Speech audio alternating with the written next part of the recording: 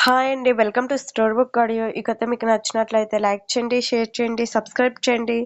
అలాగే తల్లి అన్నయ్య పేరు, గోత్రం చెప్పు. అర్చన చేస్తాను. త్వరగా తక్కువ అవుతుంది. తల్లి చెప్పే ముందే శశాంక్ అన్నయ్య గోత్రం అంటే నాకు తెలియదని చెప్పింది వాగ్దేవి. వరలక్ష్మి వ్రతం రోజు గోత్రం విన్న మళ్ళీ అదే గోత్రం పూజారి గారికి చెప్పింది. పేరు గోత్రం మీద అర్చన చేస్తూ గర్భగుడిలోకి వెళ్లారు పూజారి గారు. అమ్మా, ఎందుకు అన్నయ్యకి జ్వరం వచ్చేలా చేశావు? నేను నిన్ను మర్చిపోయి నీ కోసం పూలదండ తేవట్లేదని కోపం వచ్చిందా? అందుకే నన్ను తన ఇంటికి తీసుకెళ్లిన అన్నయ్యని అలా చేశావా? పాపం అన్నయ్య నేను పని చేస్తుంటేనే కదా చూడలేక తన దగ్గరకు మమ్మల్ని తీసుకుపోయాడు. మంచి వాళ్ళకి నువ్వు మంచి చేస్తావని మా అమ్మ చెప్పింది. అన్నయ్య చాలా మంచివాడమ్మా. అన్నయ్యకి ఏం కాకుండా చూడు. కావాలంటే రోజు నీ కోసం పూలదండ తీసుకొచ్చి ఇచ్చే వరకు నేను స్కూల్కి కూడా పోను. అన్నయ్యని త్వరగా ఇంటికి వచ్చేలా చూడమ్మా అంటూ ఏ కల్మషం లేని మనసుతో అమ్మవారికి చెప్పి బుగ్గలపై జారిన కన్నీళ్లు అరచేత్తో తుడుచుకుంది వాగ్దేవి. పాప మాటలు విన్న మళ్ళీ కళ్ళల్లో నీళ్లు తిరగడంతో తను కూడా కళ్ళు తుడుచుకుంది. వాగ్దేవి, ఈ కుంకుమ తీసుకెళ్లి మీ అన్నయ్యకి పెట్టు. అంతా మంచి జరుగుతుంది. అన్నయ్యకి ఏం కాదు కదా తాత అని అడిగింది అమాయకంగా. ఏం కాదు, త్వరగా నయమవుతుంది కూడా. అలాగే పంతులు తాత అని పూజారి గారు ఇచ్చిన ప్రసాదాన్ని తల్లితో కలిసి అక్కడే తినేసి మళ్ళీ ఇంటికి చేరుకున్నారు వాగ్దేవి.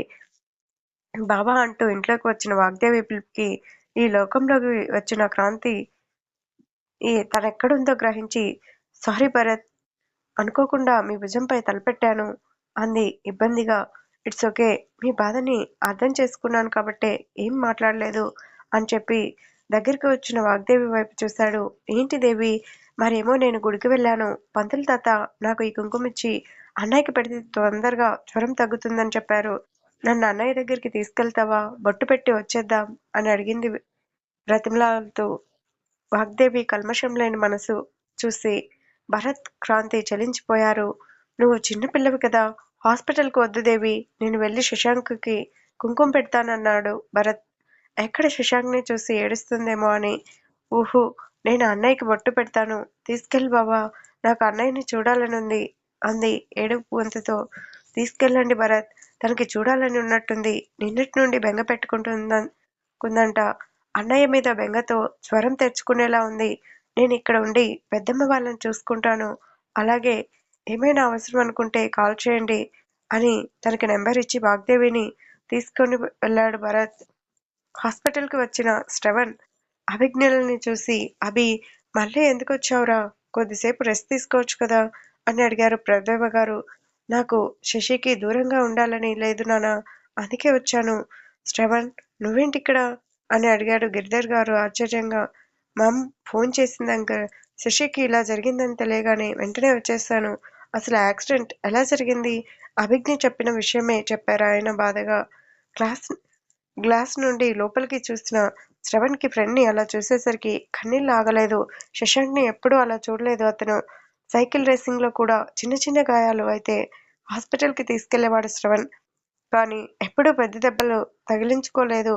కానీ ఇప్పుడు ఇలా అతన్ని చేస్తే తట్టుకోవడం కష్టంగా అనిపించింది. డాక్టర్ ఏం చెప్పారు అంకల్?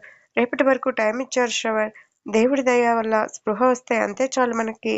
అదేంటి మామయ్య, స్పృహ వస్తే చాలంటున్నారు? ఏమైనా ప్రాబ్లమా? డాక్టర్ కూడా రేపటి వరకు ఏం చెప్పలేమన్నారు. అది అంది అభిజ్ఞ భయంగా. అలాంటిదేం లేదురా, శశికి స్పృహ వస్తుంది కదా, అంతే చాలు అంటున్నాడు బావ. నిజంగా అంతేనా నాన్న? శశికి ఏం కాలేదు కదా? ఏం కాలేదభి, నువ్వు టెన్షన్ పడకు అంటూ దగ్గరికి తీసుకున్నారు ప్రదేవ గారు. ఇదిరా పరిస్థితి. వాడు లేస్తే కానీ అభి మామూలు మనిషి కాదు.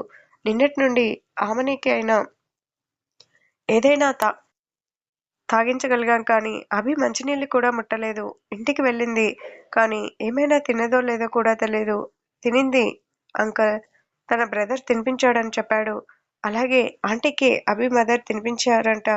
ఆంటీ రెస్ట్ తీసుకుంటున్నారు కానీ అభినే ఇక్కడికి వస్తానని పట్టుబట్టి వచ్చింది. శశి త్వరగా కోలుకుంటే చాలు శ్రవణ్, క్యూర్ అవుతాడు అంకల్. మీరు బాధపడకండి. ముందు మీ ఇద్దరు వెళ్ళి ఫ్రెష్ అవ్వి రండి. మీకు రెస్ట్ కూడా అవసరం. మేము ఇక్కడే ఉంటాం.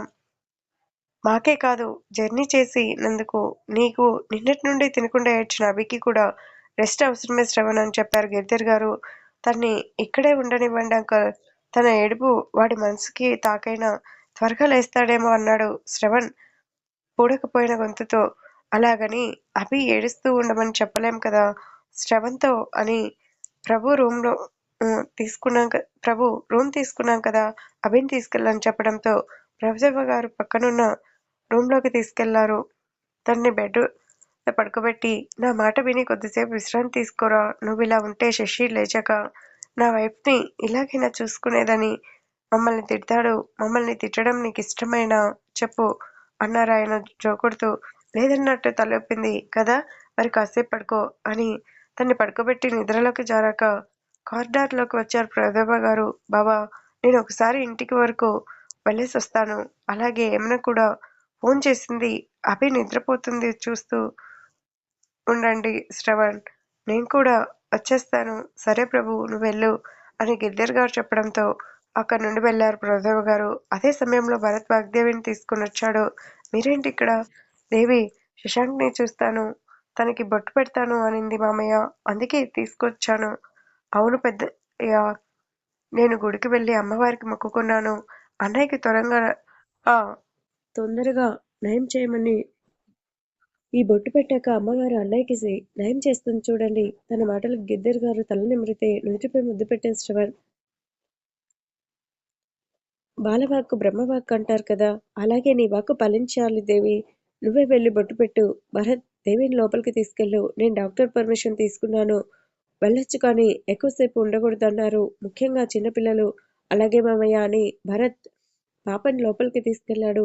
డోర్ తీసుకొని లోపలికి వెళ్ళాక బెడ్ మీద పడుకున్న శశాంక్ చుట్టూ ఉన్న వైర్లని, అతని తలకి ఉన్న కట్టును చూసి భయపడింది వాగ్దేవి. తన భయాన్ని గమనించి ఎత్తుకొని, అన్నయ్యకి జ్వరం కదా దేవి, పైగా తలనొప్పి చాలా వస్తుందని కట్టుకట్టారు. అన్నయ్యకి త్వరగా నయం కావాలని కదా అంటూ తన భయాన్ని పోగొడుతూ దగ్గరికి తీసుకెళ్లి అన్నయ్యకి బొట్టు పెట్టు అని చెప్పాడు. పేపర్లో తెచ్చిన కుంకుమని శశాంక్ నుదుటిపై పెట్టి, అన్నయ్య త్వరగా లేవు అన్నయ్య. నువ్వు తొందరగా లేస్తే మనం ఆడుకుందాం. నేను చాలా మిస్ అవుతున్నాను అని అతని చేతిపై ముద్దు పెట్టింది. సార్, పాపని త్వరగా బయటికి తీసుకెళ్ళండి. చిన్నపిల్లల్ని ఎక్కువసేపు ఉంచకూడదు అని సీరియస్గా చెప్పింది నర్స్. సరే సిస్టర్ అని వాగ్దేవిని అలాగే ఎత్తుకొని బయటికి తీసుకెళ్లాడు. బాధగా కనిపించిన వాగ్దేవి మొహం చూసి శ్రవణ్, ఏంటి క్యూటీ, ఇంత డల్గా ఉన్నావు అంటూ భరత్ చేతిలో నుండి తీసుకుని ఎత్తుకున్నాడు. అన్నయ్య చుట్టూ వైర్లున్నాయి బావా, తలకి కూడా కట్టు కూడా ఉంది. నాకు అన్నయ్యని చూడగానే భయమేసింది. వాటిని అన్నయ్య నుండి తీసేయమని చెప్పు బావా, లేకపోతే అన్నయ్య కూడా భయపడతాడు అంది వెక్కిళ్ళు పెడుతూ. శశాంక్ భయపడడు దేవి, తను పెద్దవాడు కదా, పైగా వాటిని అలా ఉంచితేనే తొందరగా నయమయ్యి ఇంటికి వచ్చేస్తాడు. అప్పుడు అన్నయ్యతో పాటు మనమందరం సరదాగా గడపచ్చు. నువ్విలా ఏడిస్తే అన్నయ్యకి నచ్చదని తెలుసు కదా అంటూ తన కన్నీళ్లు తుడిచి, భరత్ బాబుతో ఇంటికెళ్ళు. అన్నయ్యకి తగ్గగానే వచ్చేస్తాం, సరేనా అని నెమ్మదిగా చెప్పాడు శ్రవణ్. సరే బావా, వాగ్దేవిని భరత్కిచ్చి ఇంటికి తీసుకెళ్ళు భరత్ అని చెప్పాడు శ్రవణ్. అలాగే సార్. సరేనా అంటే మీరు యు చెన్నై బ్రాంచ్కి వచ్చినప్పుడు మిమ్మల్ని సర్ అని పిలవడం అలవాటైంది కదా, అందుకే సర్ అని పిలిచాను. సర్ అవసరం లేదు శ్రవణ్, శ్రవణ్ అని పిలువు. అలాగే ఒకసారి చెన్నై బ్రాంచ్కి వెళ్ళి అక్కడ హెడ్గా నువ్వు ఫైల్ మీద సైన్ చేయాలి. కానీ ఇక్కడ శశాంక్ పరిస్థితి ఇలా ఉంటే నేనెలా అక్కడ వర్క్ చేయగలను? ఇక్కడ శశాంక్ కోసం మేమున్నాం భరత్. అక్కడ నువ్వు సైన్ చేయాలి, ఫైల్ ఉంది. అలాగే వర్క్ కూడా ఉంది. శశాంక్ నాకు అన్నీ చేస్తాడు. నిన్ను ఆఫీస్కి హెడ్గా చేశాడంటే మామూలు విషయం కాదు కదా. సరే వెళ్తాను, కానీ రేపు శశాంక్ పరిస్థితి ఏంటో డాక్టర్ చెప్పాక వెళ్తాను. అప్పటి వరకు ఫోర్స్ చేయకు శ్రవణ్ ప్లీజ్. సరే, ఇప్పుడు తన్ని తీసుకెళ్ళు. అలాగే అభి జాగ్రత్త.